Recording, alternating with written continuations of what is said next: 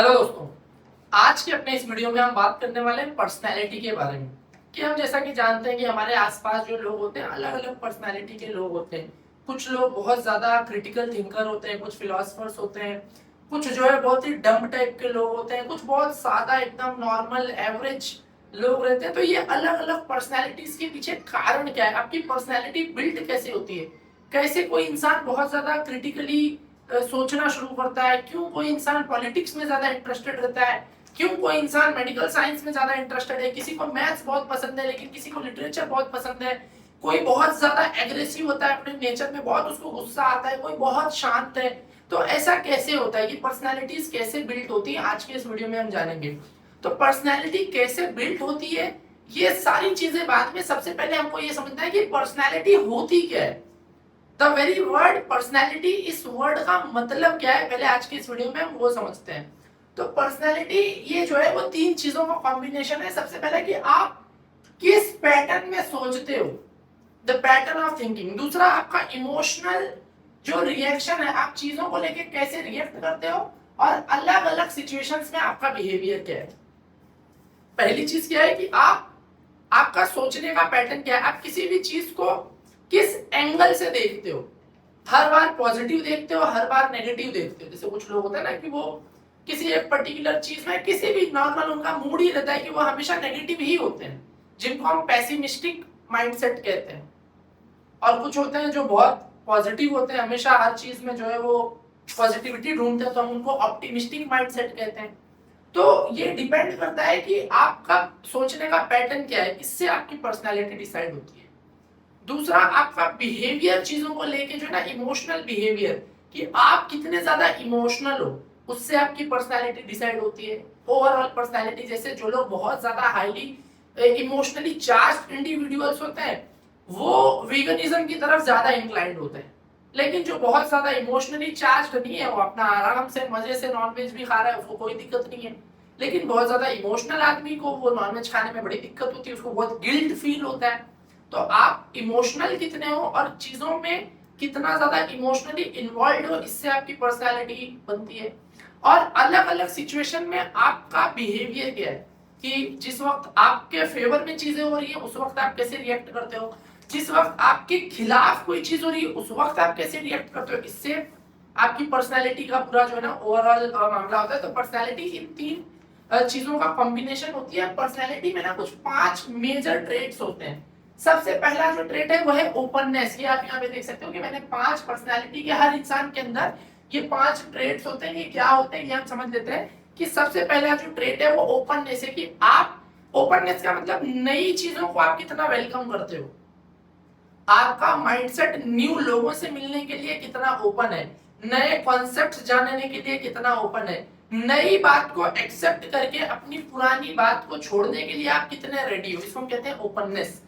दूसरा जो है वो है कॉन्साइंशियसनेस, यानी कि आप किसी चीज को कितनी गहराई में उतर के सोचते हो, और आप अकेले बैठे बैठे कभी डीप थॉट्स में जाते हो या नहीं। तो ये जो है वो आपकी पर्सनालिटी के ट्रेट्स होते हैं। इन 4-5 चीजों से जो ना ओवरऑल आपकी पर्सनालिटी बनती है, या आप ऐसा भी कह सकते हो कि यही आपकी ओवरऑल पर्सनालिटी का रूट है।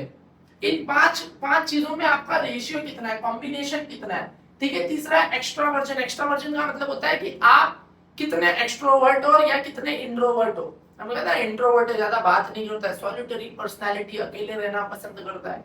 और एक होता है एक्सट्रोवर्ट, जैसे मैं एक्सट्रोवर्ट हूँ, मैं सबसे दोस्ती करना चाहता हूँ, मैं सबसे बात करना चाहता हूँ, हर टॉपिक पे बात करने के लिए तैयार हूँ, हर एक सब्जेक्ट पढ़ने के लिए तैयार हूँ, पढ़ाने के लिए तैयार हूँ। तो मैं एक्सट्रोवर्ट हूँ, मैं बिना बोले रह नहीं सकता हूँ, मैं बिना अपना ओपिनियन दिए रह नहीं सकता हूँ। मुझे हर चीज के बारे में जानना, सीखना, समझना, समझाना पसंद है। मैं जो भी सीखता हूँ मैं चाहता हूँ मैं वो सबको सिखा दूं। मेरे आसपास जितने लोग हैं, जो लोग मेरे आसपास नहीं है उनको भी सिखा दूं। तो ये एक्स्ट्रा वर्जन होता है कि आप कितना ज्यादा दूसरों के साथ कनेक्ट करना चाहते हो, आप कितने ज्यादा जो है ना वो ओपन होके बात करना चाहते हो। कुछ लोग होते हैं मतलब छोड़ यार, बड़ा जा रहा, किसी से बात करने की जरूरत नहीं है, अकेले रहो मस्त। तो इट डिपेंड्स कि ये भी जो है आपकी पर्सनैलिटी का एक ट्रेट है। एग्रीएबलनेस, कि आप दूसरे की बात को, अगर उसके पास एविडेंस है और ज्यादा लॉजिकल बात मालूम हो रही है, तो आप कितना एग्री करते हो। कुछ लोग होते हैं जिनके अंदर नेचर होता है, देखो अब इसमें भी जो है ना रेंज होती है कि कुछ होते हैं जो हर बात सर हिला के जी हुजूरी करते हैं, हर बात में अंतभक्ति, हाँ हाँ हाँ सही है सही है सही है, ओके ओके ओके। कुछ ऐसे होते हैं, कुछ ऐसे होते हैं जो हर बार रिजेक्ट ही करेंगे, नहीं नहीं नहीं मेरा ही ओपिनियन सही है, मैं सही बोल रहा हूँ, वो कभी एग्री करेंगे नहीं। और कुछ होते हैं जो इस तरीके से होते हैं कि अगर ज्यादा वैल्यूएबल एविडेंस दिया गया है, ज्यादा ऑथेंटिक एविडेंस दिया गया है, ज्यादा लॉजिकल आर्गुमेंट दिया गया है, तो वो एग्री करते हैं कि नहीं इस मामले में मैं गलत हूँ और तू सही। तो ये आपकी ओवरऑल पर्सनालिटी का एक ट्रेट होता है। और लास्ट है न्यूरोटिसिज्म। न्यूरोटिसिज्म का मतलब होता है कि जो लास्ट वाला है न्यूरोटिसिज्म, इसका मतलब आप ऐसे समझ सकते हो कि आपके ब्रेन का अलार्म सिस्टम, आप चीजों को लेके कितना अलर्ट होते हो कि जैसे ही कोई बहुत ज्यादा मेरे फायदे की बात करना शुरू करे, मुझे अलर्टनेस से भाई मेरा फायदा तू क्यों सोच रहा है। जैसे ही पॉलिटिशियन बहुत ज्यादा ये कहना शुरू करे कि धर्म संकट में है, अब आपको बचाना पड़ेगा, तूने बचाया, धर्म को बचाने के लिए तूने क्या किया, तेरा बच्चा रैली में आया, नहीं आया तो मेरा बच्चा और मैं क्यों जाएंगे, तेरा बच्चा कहाँ है। ये अलार्म सिस्टम कि आप चीजों पे सिर्फ इमोशनली बहाव में नहीं बह रहे हो, आप अलर्ट हो। तो ये जो न्यूरोटिसिज्म कहते हैं इसको, कि आपके अंदर अलर्टनेस कितनी है, तो आपके अंदर कितनी अलर्टनेस है, कितनी ओपननेस है, कितना एक्स्ट्रावर्जन है, कितना कॉन्शियसनेस है, और उसके बाद कितनी एग्रीएबलनेस है। इन चीजों के रेशियो से आपकी वो, इन पांचों चीजों का जो रेशियो है और उसका जो कॉम्बिनेशन है, उससे आपकी ओवरऑल एक पर्सनालिटी बिल्ड होती है। हाउएवर इन चीजों को हम चेंज भी कर सकते हैं, इन चीजों को हम डेवलप कर सकते हैं अलग अलग तरीकों से। अब हम यहाँ पे बात करते हैं कि जो आपकी जनरल पर्सनालिटी होती है वो कैसे फ्रेम होती है, ठीक है, वो कैसे बनती है। तो उसके दो मेन तरीके हैं, एक है आपकी पर्सनालिटी का कुछ हिस्सा बायोलॉजिकली होता है और कुछ हिस्सा आपके एनवायरनमेंट की वजह से होता है। आपके बायोलॉजी की वजह से बाय डिफॉल्ट आपके जेनेटिक्स डिसाइड होते हैं, यानी आप कितने लंबे होगे, कितने बौने होगे, गोरे होगे, काले होगे, बाल आपके कर्ली होंगे, इन चीजों से भी फर्क पड़ता है। जैसे मैंने पिछली वीडियो में बताया था कि जेनेटिकली जो लोग गोरे हैं, फेयर स्किन के, वो थोड़ा सा सुपीरियोरिटी कॉम्प्लेक्स में रहते हैं, जो डार्क स्किन टोन के हैं या जिनकी हाइट कम है वो थोड़ा सा इंफीरियोरिटी कॉम्प्लेक्स में रहते हैं। तो कहीं ना कहीं ओवरऑल उनकी पर्सनैलिटी में कॉन्फिडेंस कम रहता है, तो वो जेनेटिक पार्ट है जहां से वो आ रहा है, ठीक है। और ब्रेन केमिस्ट्री भी होती है कि ब्रेन केमिस्ट्री आमतौर से वो पेरेंट्स से ही आती है कि आप कितने ज्यादा रिएक्टिव हो या कितने ज्यादा काम हो, आप कितने ज्यादा एग्रेसिव हो। अगर वो आपके पेरेंट्स बहुत ज्यादा एग्रेसिव माइंडसेट के हैं या बहुत ज्यादा एग्रेसिव उनका पूरा मामला रहा है, तो कहीं ना कहीं बच्चा भी थोड़ा सा एग्रेसिव सा रहता है, थोड़ा सा वो भी ना डिस्टर्ब मूड का रहता है। ये भी जेनेटिक बायोलॉजी वाला ही पार्ट होता है, ठीक है। अच्छा, अब यहाँ पे ब्रेन केमिस्ट्री जो है वो आप कितना सोते हो, आप किस टाइप का खाना खाते हो, और जो है ना आप मतलब आपकी बायोलॉजी से डिसाइड होता है कि जो लोग बहुत ज्यादा तेल तीखा वगैरह खाते हो थोड़े से एग्रेसिव रहते हैं, जो बहुत ज्यादा जो है ना वो एकदम फीका खाना खाते हो थोड़े से शांत माइंडसेट के रहते हैं। तो आपकी बायोलॉजी, आप अपनी बॉडी में क्या मटेरियल कंज्यूम कर रहे हो, आपकी बायोलॉजी कैसे रिएक्ट कर रही है, आप नींद कितनी ले रहे हो, और आपका जो ओवरऑल खाना पीना ये क्या है। जैसे होता है कि जो बॉडी बिल्डर्स होते हैं जब वो एनाबॉलिक स्टेरॉइड्स लेते हैं, अपनी बायोलॉजी में कुछ एडिशनल चीज कर रहे हैं, तो बहुत एग्रेसिव हो जाते हैं, स्पेशली जब वो जो है वो ट्रेनबोलिन या फिर वो टेस्टोस्टेरोन के साइकिल चलाते हैं तो बहुत एग्रेसिव होते हैं। तो एग्रेसिव वो क्यों हो रहा है, उसके बिहेवियर में ये एग्रेशन कहाँ से आ रहा है, क्योंकि उसकी बायोलॉजी में कुछ गड़बड़ हो रहा है। तो आपकी एक पर्सनैलिटी बायोलॉजी की वजह से, जिसमें जेनेटिक और आपकी ब्रेन केमिस्ट्री कैसी हो रही है वो, और दूसरा होता है सबसे ज्यादा जरूरी होता है एनवायरनमेंट। ये जो सीन है ना, ये मोस्ट आईएमपी पार्ट है आपकी पर्सनैलिटी का, कि आपकी पर्सनैलिटी बिल्ड होने में सबसे बड़ा जो रोल होता है एनवायरनमेंट का होता है। अब एनवायरनमेंट कैसे आपकी पर्सनैलिटी को बनाता है, आप ये समझो। पहले आप जिस भी एनवायरनमेंट में रहते हो, आपको उस एनवायरनमेंट का बार बार रिपीटेड एक्सपोजर मिलता है। उस रिपीटेड एक्सपोजर की वजह से आपका जो न्यूरल नेटवर्क है, आपके ब्रेन में जो न्यूरल वायरिंग है वो फ्रेम होती है। आप उस रिपीटेड बिहेवियर को, रिपीटेड एनवायरनमेंट को पहचानने लगते हो, उसके साथ यूज्ड टू हो जाते हो, कंफर्टेबल फील करने लगते हो, और फिर धीरे धीरे वही बिहेवियर आप भी एक्सेप्ट करते हो, और उसी से आपकी पर्सनैलिटी ट्रेट जनरेट हो जाती है। अब ये एक बार में नहीं होता, ये तुरंत नहीं होता है, इसको टाइम लगता है। ये पर्सनैलिटी बिल्ड होने में 5 स्टेप होते हैं। एनवायरनमेंट की वजह से जो पर्सनैलिटी बिल्ड होती है उसमें 5 स्टेज होते हैं, 5 स्टेप होते हैं। सबसे पहले, अब मैं एकदम सिंपल भाषा में आपको समझाता हूँ कि आप जिस भी इलाके में रहते हो, एग्जाम्पल के तौर पे आप गाँव में रहते हो, आपने गांव छोड़ के शहर में शिफ्ट किया, आप शहर में आगे रहने के लिए, पढ़ाई करने के लिए, काम के लिए, किसी भी कारण से, तो सबसे पहले शहर के एनवायरनमेंट का आपको एक्सपोजर होगा। गांव में लोग अपने कल्चर को लेके, अपने रिलीजन को लेके और अपनी मान्यताओं को लेके बहुत ज्यादा एक्साइटेड होते हैं, बहुत ज्यादा उसके साथ इमोशनली अटैच्ड होते हैं। लेकिन शहर में आमतौर से जो है ना वो लोग ओपन माइंड के होते हैं, मिक्स क्राउड होता है, हिंदू मुस्लिम क्रिश्चियन पंजाबी सब एक साथ रह रहे हैं। तो पहले आपको इस मिक्स क्राउड का एक्सपोजर होता है। गांव में अगर कोई लड़की छोटे कपड़े पहन के निकल ले तो सब लोग बातें बनाना शुरू कर देते हैं। शहर में आमतौर से कॉमन होता है, इतना ज्यादा कोई हंगामा नहीं होता है, लोग मतलब छोटे कपड़े भी पहन रहे हैं, बड़े कपड़े भी पहन रहे हैं। शहर में आपको जो है ना वो छोटे यानी शॉर्ट्स पहनने वाली लड़कियां भी मिल जाएंगी और ट्रेडिशनल क्लोथ पहनने वाली लड़कियां भी मिल जाएंगी, हिजाब करने वाली लड़कियां भी मिल जाएंगी, घूंघट डाली हुई महिलाएं भी मिल जाएंगी। फिर बॉयज भी वैसे ही होते हैं, फॉर्मल पहने हुए भी लोग मिलेंगे, सर पे पगड़ी बांधे हुए लोग भी मिलेंगे, सिर्फ बनियान में घूम रहे वो लोग भी मिलेंगे, पूरी बॉडी पे टैटू कराया हुआ है वो भी मिलेंगे, अलग अलग यानी आपको एक्सपोजर मिलेगा। तो सबसे पहले आप किसी एनवायरनमेंट के साथ क्या होगा एक्सपोजर में आते हो, पहला स्टेप आपकी ओवरऑल पर्सनालिटी बिल्ड होने का या पर्सनालिटी शिफ्ट होने का पहला जो स्टेप है वो आप किसी एक एनवायरनमेंट को एक्सपोज होते हो, वहां पे आपको एक्सपोजर मिलता है। अब जैसे ही एक्सपोजर मिलता है अब तुरंत मतलब एक्सपोजर का यानी यहाँ पे ये भी है कि आप किन लोगों से मिल रहे हो, किस टाइप का कंटेंट कंज्यूम कर रहे हो और जो है वो आप किस सिचुएशन में फंसे हुए हैं, किस सिचुएशन में लाइफ गुजार रहे हो, तो एक्सपोजर होता है। और उसके बाद जो है ना वो इंटरनल प्रोसेसिंग होती है, यानी आपका दिमाग पहली पहली बार उस चीज को भांपता है कि यार ये सही है या नहीं, ये कहीं मैं कुछ गलत तो नहीं कर रहा हूँ, गड़बड़ मामला तो नहीं है। अगर आपको लगता है कि नहीं इस इलाके में तो नॉर्मली है, मतलब इस इलाके में सब लोग स्मोक करते हैं, नॉर्मल है, कॉमन है, स्मोकिंग करना कोई बुरी बात नहीं है यहाँ पे, तो आपका ब्रेन उसको एक्सेप्ट करता है कि इस इलाके में मैं भी स्मोक कर सकता हूँ, कोई ज्यादा इशू नहीं है। लेकिन अपने इलाके में एग्जांपल के तौर पे अपने रिलीजियस प्लेस पे जाके आप स्मोक नहीं कर पाओगे, कितने भी बड़े स्मोकर हो। आप मंदिर के अंदर, मस्जिद के अंदर, चर्च के अंदर सिगरेट नहीं पी सकते। क्यों? क्योंकि वो जो एनवायरनमेंट है वहां सब लोग जो है वो इबादत के मूड में है, प्रार्थना के मूड में है, जो है ना प्रेयर के मूड में, तो आप भी वहां जाके बाय डिफॉल्ट उसी मूड में चले जाते हो।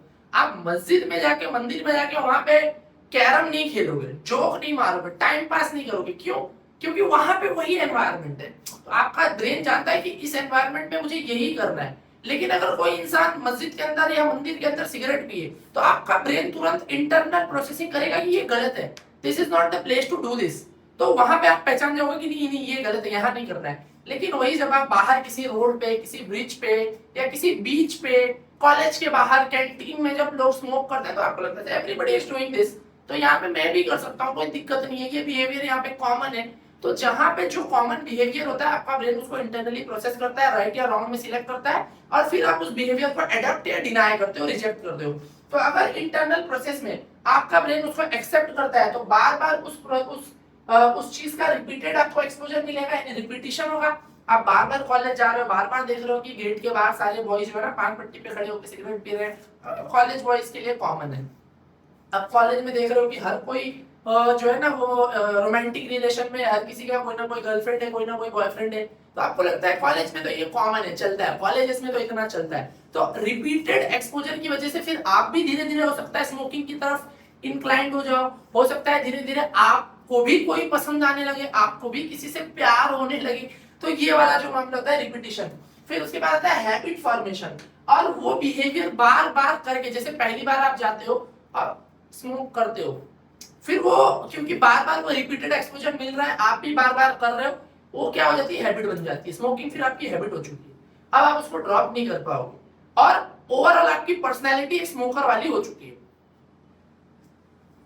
और फिर फाइनली आइडेंटिटी फॉर्मेशन।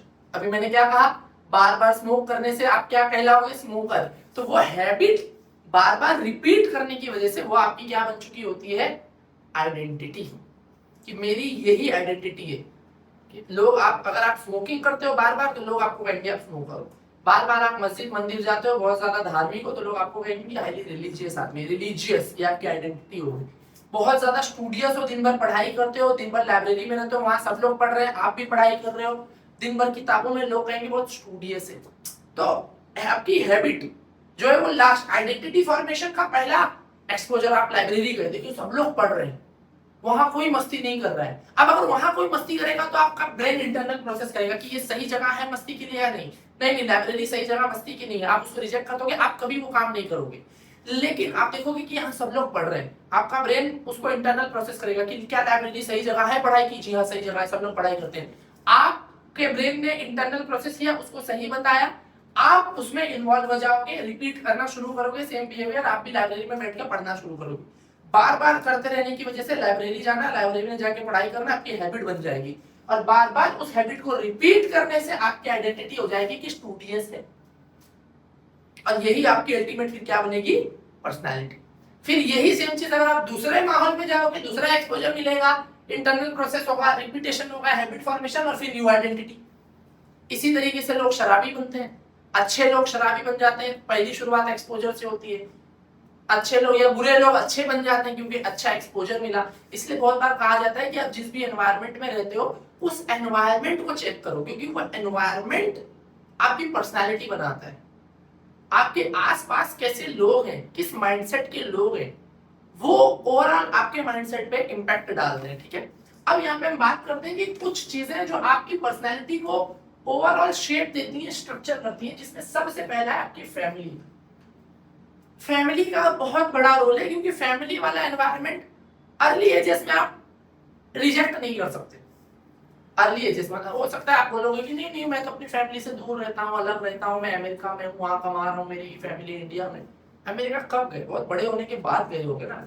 90% केस में ह्यूमंस में अर्ली एजेस जो होते हैं वो अपनी फैमिली के साथ ही गुजारे जाते हैं, और अर्ली एजेस में फैमिली के पास से आपको जो एक्सपोजर मिलता है, फिर आपका ब्रेन उसको इंटरनल प्रोसेस करता है, आप उसको बार बार रिपीटेड मोड पे देखते हो, माँ बाप का सेम बिहेवियर, वो बिहेवियर आप अपनी हैबिट में लाते हो, और वैसे ही आपकी आइडेंटिटी बन जाती है। तो फैमिली आपके पर्सनालिटी को बहुत इम्पैक्ट करती है। एग्जाम्पल के तौर पे अगर फैमिली बहुत स्ट्रिक्ट है, माँ बाप बहुत स्ट्रिक्ट है, हर चीज चेक करते हैं, फोन चेक करा है, इसके पीछे जाओ, उसकी इसकी पता करो, इतने बजे कहा था, ये कहा था, तो उससे आप डिफेंसिव बन जाते हो और सिक्रेटिव बन जाते हो। जो पेरेंट्स बहुत ज्यादा स्ट्रिक्ट होते हैं, बच्चे को बहुत प्रेशर करने की कोशिश करते हैं, उससे बच्चा डिफेंसिव मोड में चला जाता है, हर बार अपने आप को बचाना चाहता है और सिक्रेटिव हो जाता है, चीजें सीक्रेट रखना पसंद करता है, माँ बाप से शेयर नहीं करना चाहता है, क्योंकि उसको पता है कि भाई बाप मेरा पागल है, इसको मैं जाके भी अपनी प्रॉब्लम बताऊंगा, ये उल्टे मुझे मारेगा, तो वो सीक्रेट रखना ज्यादा पसंद करता है। लेकिन अगर फैमिली सपोर्टिव है तो बच्चा जो है वो कॉन्फिडेंट होता है अपनी चीजों में, नए स्टेप्स लेने में, नई जो है वो चीजों को अप्रोच करने में, नए एक्सपेरिमेंट्स करने में। वो अपने माँ बाप को बताता है कि मम्मा मैं ये सोच रहा हूँ, डैडी मैं ये प्लान कर रहा हूँ, ये करके देखूं क्या, मैं एमएमए सीखने का ट्राई कर रहा हूँ, क्या लगता है मैं करूँ क्या, मैं रेसलिंग करना चाहता हूँ, मैं स्विमिंग करना चाहता हूँ, मैं या मैं सोच रहा हूँ मैं यूपीएससी का एग्जाम दे दूं, मैं सोच रहा हूँ मैं ये कर लूँ। तो पेरेंट्स के साथ वो डिस्कशन करता है, फिर पेरेंट्स उसको सपोर्ट करते हैं या उसको समझाते हैं, तो वो बच्चा कॉन्फिडेंट होता है।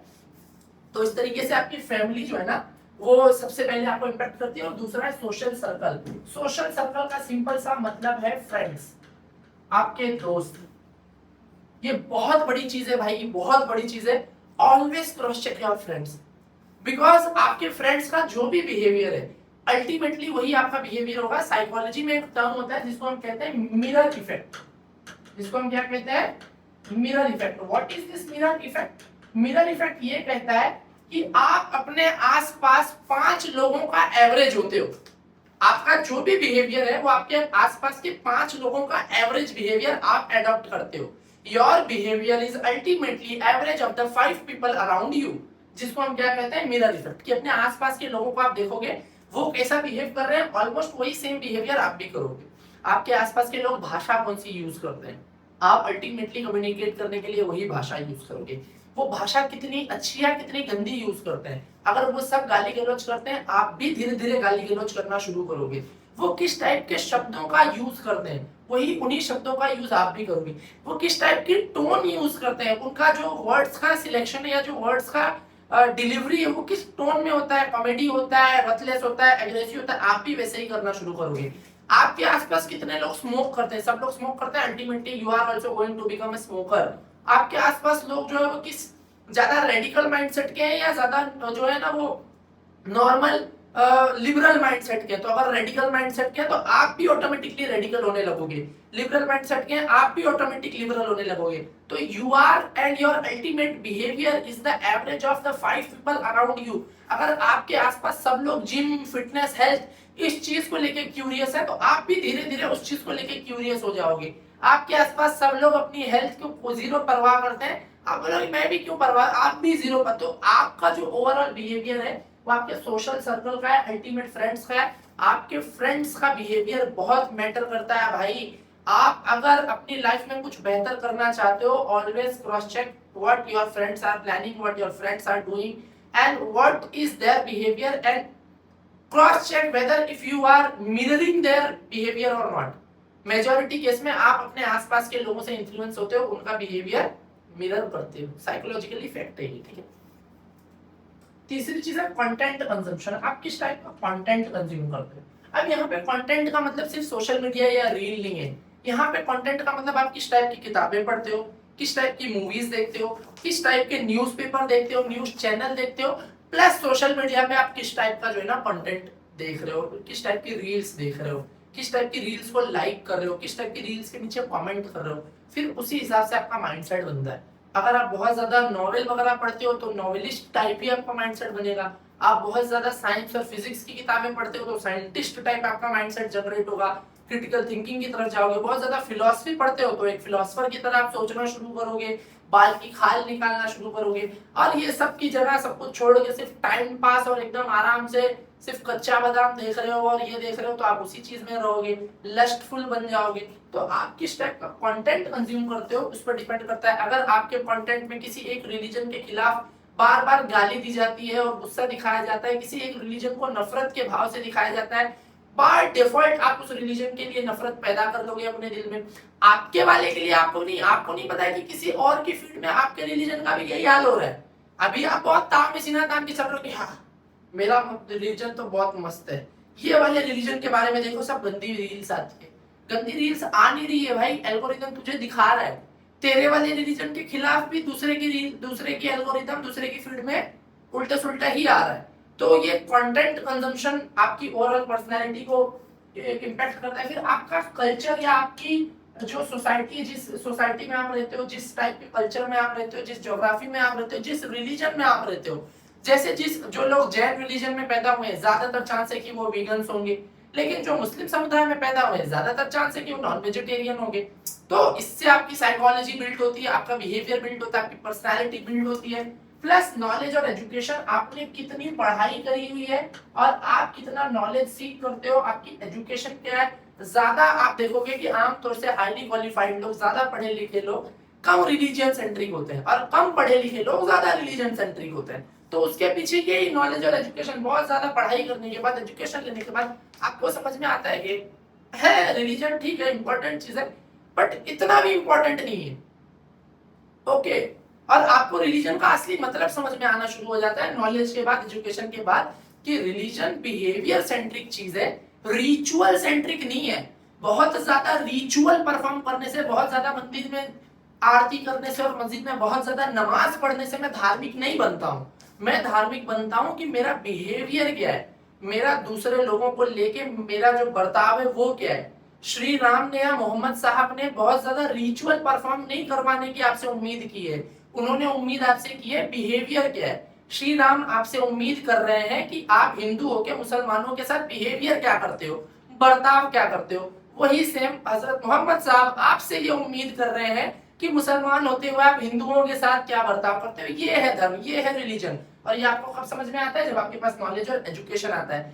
अनएजुकेटेड लोग और कम नॉलेज वाले लोगों को लगता है कि रिचुअल ही रिलीजन है, तो वो मंदिर मस्जिद और पूजा और नमाज में ही परेशान है, बस वो उतना करके समझ रहे हैं बस हो गया अपना काम, इसी से हो गया मेरा काम। तो ये एक चीज है कि नॉलेज और एजुकेशन आपके पर्सनैलिटी को बिल्ड करती है, क्रिटिकल थिंकिंग की तरफ लेके जाती है, और लाइफ एक्सपीरियंस भी एक बड़ा इंपॉर्टेंट रोल प्ले करता है। अगर आपकी लाइफ में पास्ट में बहुत ट्रॉमा आपने फेस किया है तो आप डिफेंसिव रहोगे। पास्ट में आपके कुछ परिवार वालों की अनसर्टन डेथ हुई है या कुछ दूसरा बहुत आपके साथ बुरा हुआ है तो आप थोड़े से डरे हुए डिफेंसिव मोड की पर्सनालिटी हो जाओगे।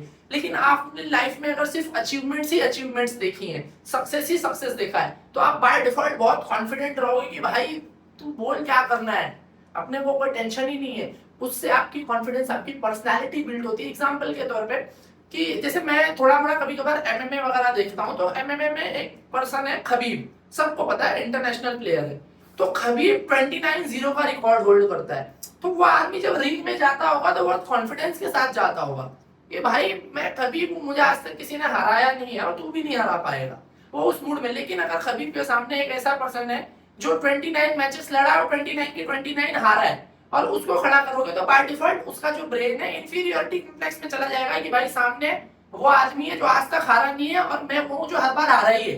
तो अगर आपकी लाइफ में बहुत फेलियर आपने एक्सपीरियंस किया है तो आप जो है वो डिफेंसिव मोड में रहोगे, फेयरफुल मोड में रहोगे, डरे हुए रहोगे। सिर्फ सक्सेस देखिए तो आप कॉन्फिडेंट मोड में रहोगे। तो ये एक चीज है कि इससे भी आपके लाइफ एक्सपीरियंस क्या होते हैं, उससे भी आपकी पर्सनालिटी पे फर्क पड़ता है, इम्पैक्ट पड़ता है।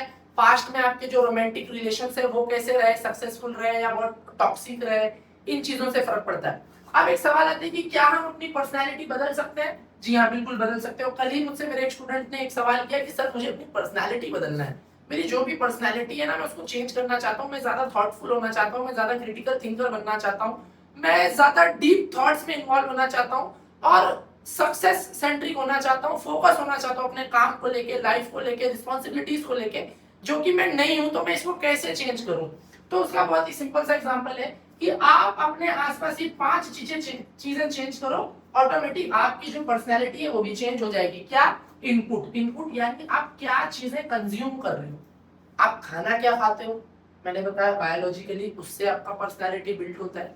आप कंटेंट क्या कंज्यूम करते हो, किन लोगों के साथ बात करते हो, किस टाइप की न्यूज देखते हो, किस टाइप की किताबें पढ़ते हो, और आपका ओवरऑल जो है ना वो कंटेंट, जो भी इंफॉर्मेशन का इनटेक है वो क्या है, आप उसको चेंज करो, आपकी पर्सनैलिटी चेंज होगी। पीपल अराउंड यू, आपके दोस्त कैसे, आप गड़बड़ लोगों के साथ रहोगे आपकी पर्सनैलिटी भी गड़बड़ होगी। क्यों? Mirror effect.